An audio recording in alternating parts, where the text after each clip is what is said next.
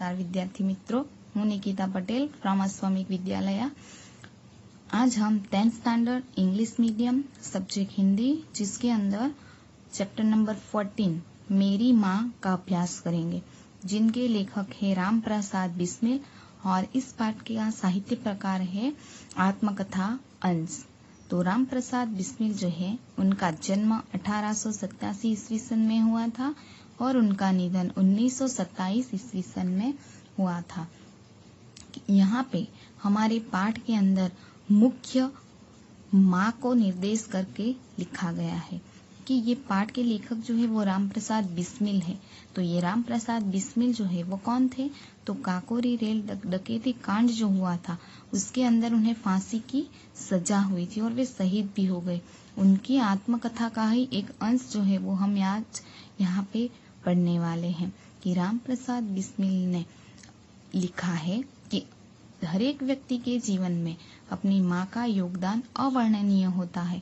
तो यहाँ पे राम प्रसाद बिस्मिल जो है, उन्होंने भी अपने जीवन में अपनी माँ का किस प्रकार योगदान रहा है उसकी बात इस पाठ में समझाई है। तो ये राम प्रसाद बिस्मिल की आत्मकथा का ही एक अंश जो है वो आज हम पढ़ने वाले हैं।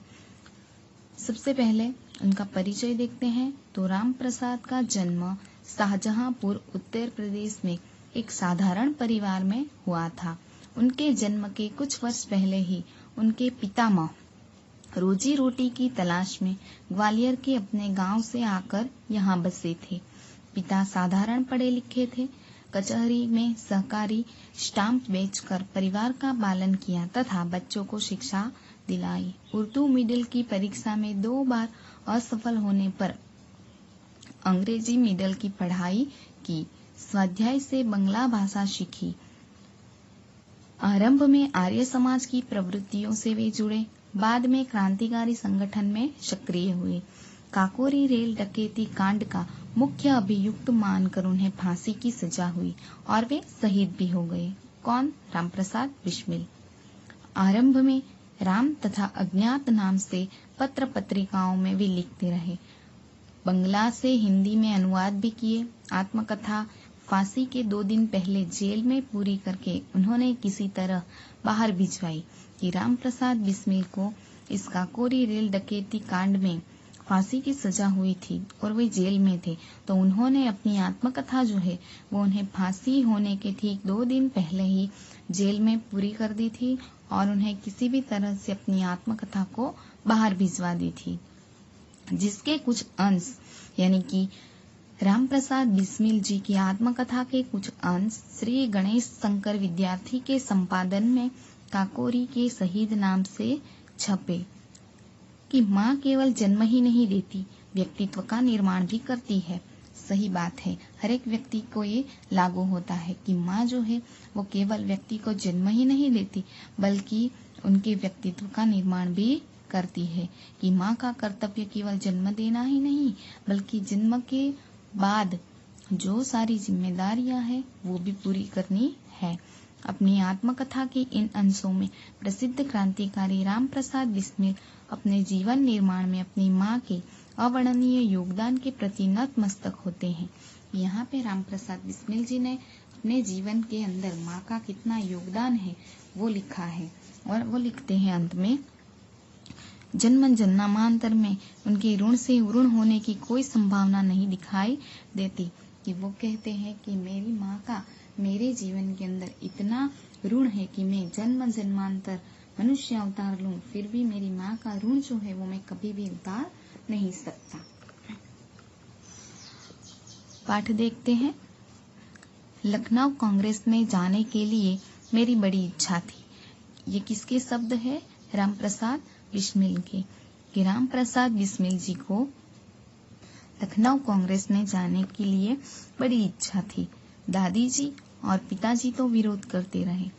कि लखनऊ कांग्रेस में जाने के लिए बिस्मिल जी का विरोध कौन करता था? तो दादी जी और पिताजी।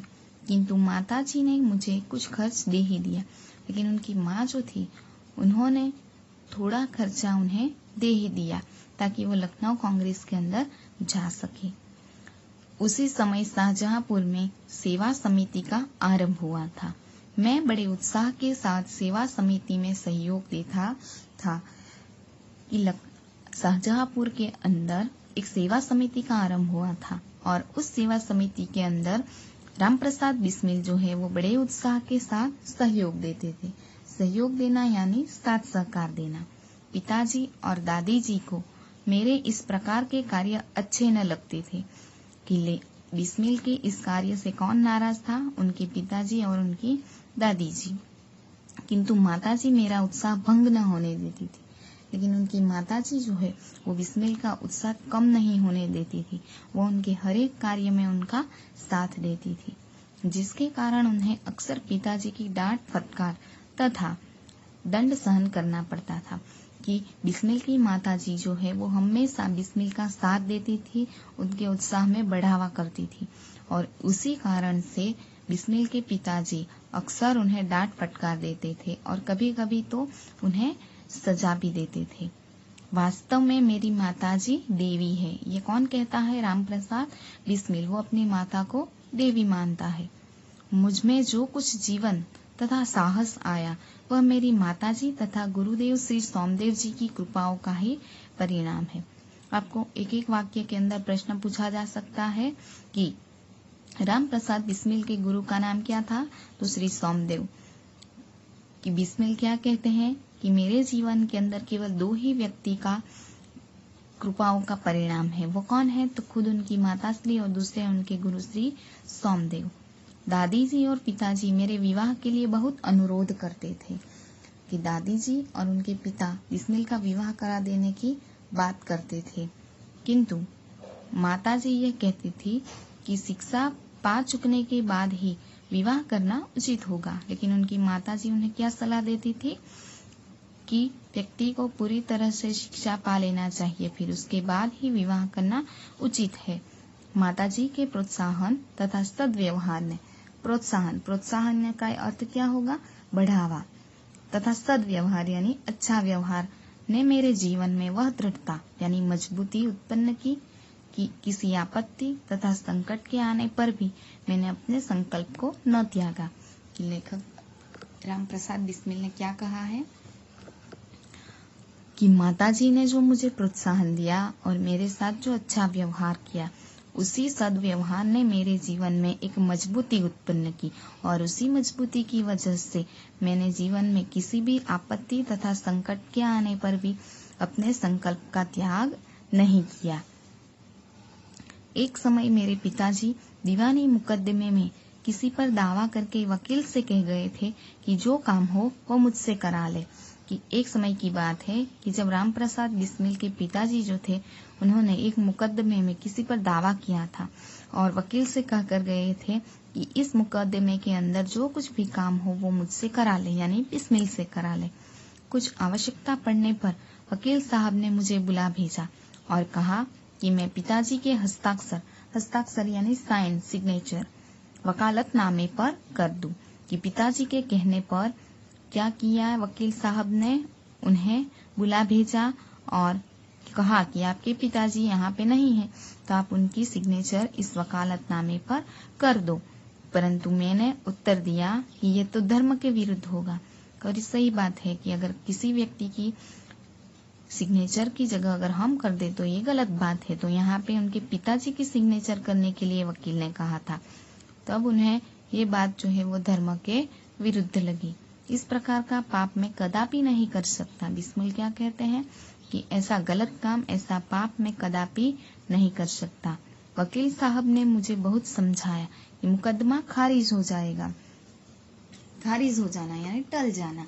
कि वकील साहब ने क्या कहा कि अगर तुम तुम्हारे पिताजी के हस्ताक्षर इस वकालतनामे पर नहीं करते हो तो ये मुकदमा जो है वो टल सकता है, किंतु मुझ पर इसका कोई प्रभाव न हुआ, न मैंने हस्ताक्षर किए। लेकिन बिस्मिल के ऊपर उस वकील की बात का कोई असर हुआ नहीं और उसने उस कागज के ऊपर साइन भी नहीं किया। अपने जीवन में हमेशा सत्य का आचरण करता था।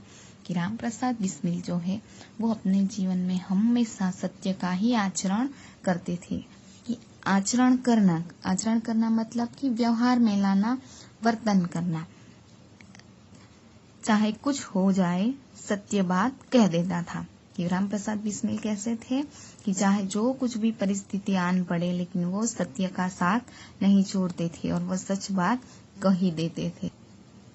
11 वर्ष की उम्र में माताजी विवाह कर शाहजहांपुर आई थी।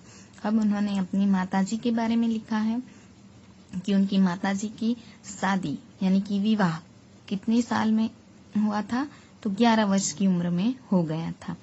उस समय वह नितांत यानी कि बिल्कुल पूरी तरह अशिक्षित और एक ग्रामीण कन्या के समान थी। कि जिस समय राम प्रसाद बिस्मिल की माताजी का विवाह हुआ था उस समय उनकी उम्र 11 वर्ष की थी और उस समय वह अशिक्षित थी और एक ग्रामीण कन्या थी। शाहजहांपुर आने के थोड़े दिनों के बाद दादी जी ने अपनी छोटी बहन को बुला लिया कि उनकी माताश्री विवाह करके शाहजहांपुर आई। शाहजहांपुर आने के बाद थोड़े दिनों में दादी जी ने क्या किया, बिस्मिल की दादी ने कि उनकी छोटी बहन को बुला लिया। उन्होंने माताजी को गृह कार्य की शिक्षा दी। कि दादी जी ने बिस्मिल की माताजी को गृह कार्य करने की शिक्षा दी यानी घर के काम सिखाए। थोड़े ही दिनों में माताजी ने घर के सब कामकाज को समझ लिया। कि थोड़े ही दिनों में बिस्मिल की माँ ने घर के सारे कामकाज धीरे धीरे सीख लिए और भोजन आदि यानी भोजन आदि का ठीक प्रबंध करने लगी। प्रबंध यानी व्यवस्था। कि बिस्मिल की माताजी का विवाह के समय केवल 11 वर्ष की उम्र थी, तो जाहिर सी बात है कि उनको घर के काम भोजन आदि बनाना आता नहीं होगा। तो उनको ये सब सिखाने में किसने साथ दिया, उनकी दादी जी ने साथ दिया। मेरे जन्म होने के यानी कि बिस्मिल कहते हैं कि मेरा जन्म होने के 5 या 7 वर्ष बाद उन्होंने हिंदी पढ़ना आरंभ किया। कि वो पहले तो बिल्कुल अनपढ़ थी, लेकिन जब बिस्मिल का जन्म हो जाता है उसके बाद 5-7 वर्ष के बाद वे सबसे पहले हिंदी पढ़ने का आरंभ करती है। पढ़ने का शौक उन्हें खुद ही पैदा हुआ था। कि बिस्मिल क्या कहते हैं कि पढ़ने का शौक जो है वो उनकी माताश्री को अपने आप जगा था। कि वो शुरुआत में अनपढ़ थी तो उन्हें लगा कि मुझे भी पढ़ना चाहिए। मोहल्ले की सखी सहेली जो घर पर आया करती थी उन्हें में जो शिक्षित थी माताजी उनसे अक्सर बोध करती थी।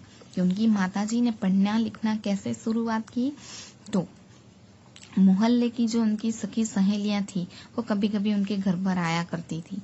तो उन सखियों में से जो सखी शिक्षित थी पढ़ी लिखी थी तो उनकी माताश्री उन्हें शिक्षित सखियों से अक्षर बोध करती थी यानी पढ़ना सीखती थी।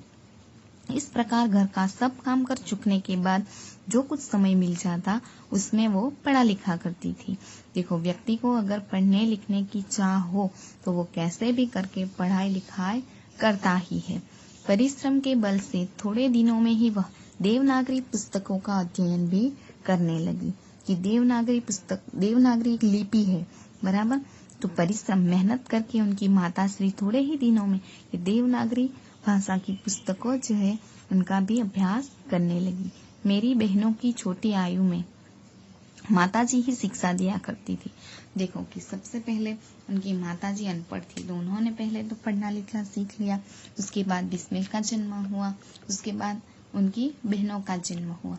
तो बिस्मिल की बहन जो है उन छोटी बहनों को तो माताश्री ने ही शिक्षा दी थी। जब से मैंने आर्य समाज में प्रवेश किया, कि जब से बिस्मिल कहते हैं कि मैंने आर्य समाज में प्रवेश किया, माताजी से खूब वार्तालाप होता था। कि जब से आर्य समाज में बिस्मिल ने प्रवेश लिया तब से वो उनकी माताश्री के साथ वो बहुत बातें करते थे। उस समय की अपेक्षा अब उनके विचार भी कुछ उदार हो गए हैं। यदि मुझे ऐसी माता न मिलती तो मैं अति साधारण मनुष्यों की भांति संसार चक्र में फंसकर जीवन निर्वाह करना यानी गुजारा करना। कि बिस्मिल जी ने क्या कहा कि यदि मुझे मेरी माताश्री जैसी माता न मिलती तो मैं भी एक साधारण मनुष्य की तरह इस संसार चक्र में फंस गया होता और यहीं पर जीवन का निर्वाह करता रहता। अब आगे हम देखेंगे कि बिस्मिल की माताजी जो है उन्होंने अपने पुत्र के जीवन घड़तर में क्या क्या योगदान दिया था, वो हम अगले वीडियो में देखेंगे। Thank you.